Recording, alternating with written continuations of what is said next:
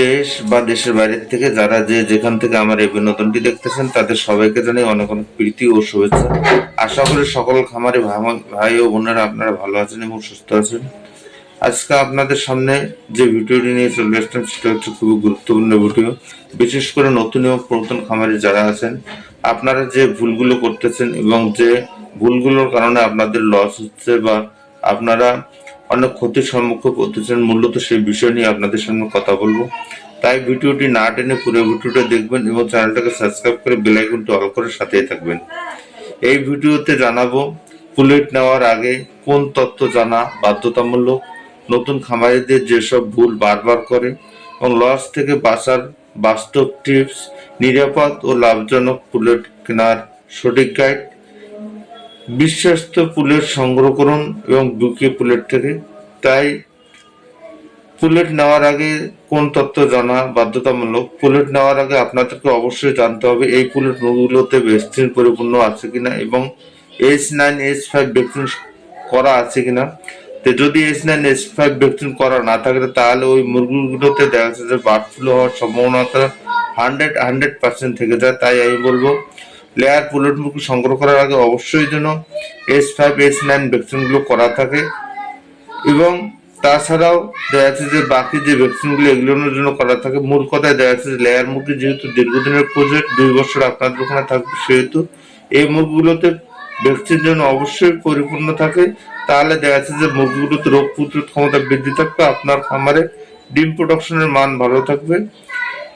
এছাড়া নতুন খামারিদের যেসব ভুল বারবার করে সেটা হচ্ছে দেখা যাচ্ছে নতুন খামারিরা যে ভুলগুলো করেন সেটা হলো মুরগি রেডি পুলেট মুরগি সংগ্রহ করার আগে ওনারা যে জিনিসটা ভুল করে দেখা যাচ্ছে যে খামার বা মুরগি যদিও পছন্দ হয় দেখা যাচ্ছে ভ্যাকসিন পরিপূর্ণ আছে কিনা এই জিনিসগুলো চেক দেয় না, খামার কিরকম প্রফেশনাল ভাবে আছে কিনা তা চেক দেয় না।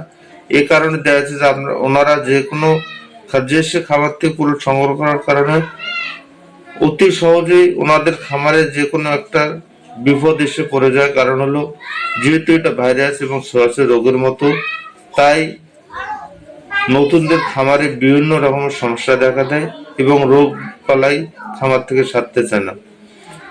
এছাড়া লস থেকে বাঁচার সম্ভাব্য টিপস হলো আপনারা লস থেকে বাঁচার যে বিশেষ কিছু গুরুত্বপূর্ণ বিষয় আছে সেই বিষয়গুলো আপনাদেরকে জানতে হবে। তাহলে দেখা যাচ্ছে যে আপনারা লস থেকে বাঁচতে পারবেন।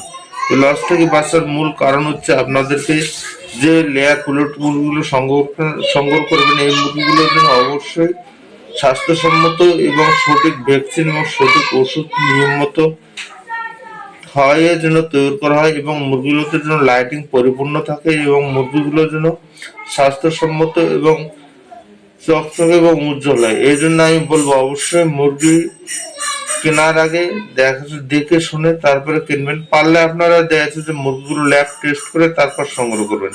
আর ল্যাব টেস্ট করে মুরগি সংগ্রহ করলে গেলে আপনাদের 50% দেখা যাচ্ছে যে মুরগির রোগ এবং রোগ প্রতিরোধ ক্ষমতা কতটুকু আছে নাই এই বিষয়গুলো নিয়ে আপনারা জানতে পারবেন। তাহলে দেখা যাচ্ছে যে আপনার মুরগিগুলো সুস্থ এবং সবল থাকবে এবং সে মুরগিগুলো থেকে ডিম প্রোডাকশন 100% সঠিক আসবে।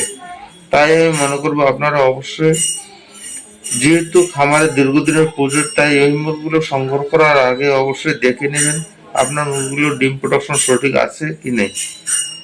ডিম প্রোডাকশন সঠিক না থাকলে গেলে আপনাদেরকে খাদ্য এবং বায়োসিকিউরিটি এবং ম্যানেজমেন্টের উপর গুরুত্ব দিতে হবে। তাহলে আপনারা বুঝতে পারবেন যে মুরগিগুলো অন্য কোনো সমস্যা আছে কিনা। ধন্যবাদ।